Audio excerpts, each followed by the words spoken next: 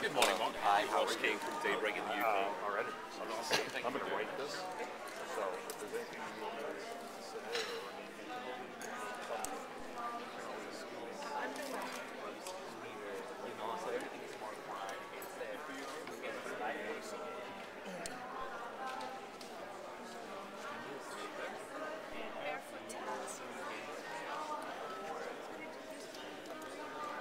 Barefoot. Tenancia. How do you spell tenancia? T-A-N-L-A-N-C-E-A. Okay, very good. I think it's going to be really nice because the food stays really hot in here too, and so they're going to have a really hot vegetarian vegetable paella with our fish. Thank God. When we are not busy anymore, that's when we end. Are you doing anything? Okay. Va a ser una para como 90 para la antipasto, para una... Vamos a poner 90 de esas para hacer slice.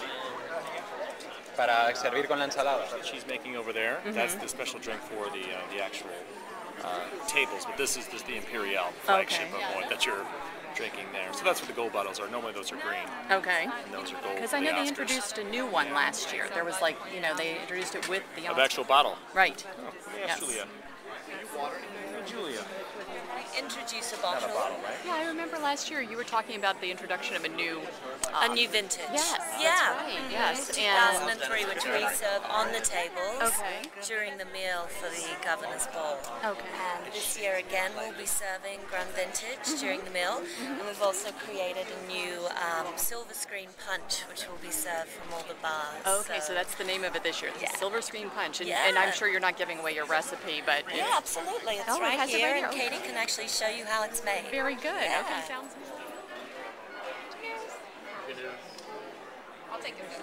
Cheers.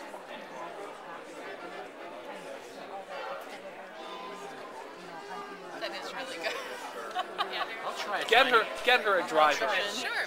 So this is the Silver Screen Punch, and I found the inspiration for this from my grandmother, who always served punch at her parties. So I thought, why not, for the most festive night in movies, serve a champagne punch. So it's a mixture of pink lemonade, pineapple juice, vodka, ginger, and of course Moet champagne. All right. And it tastes delicious, doesn't it? It tastes delicious. It's this pink frothy concoction. It just feels like a party. And what part of the country was she from? I'm from West Virginia, and so from the South, and punch is always on the menu at any festive occasion. Very good. Thank you.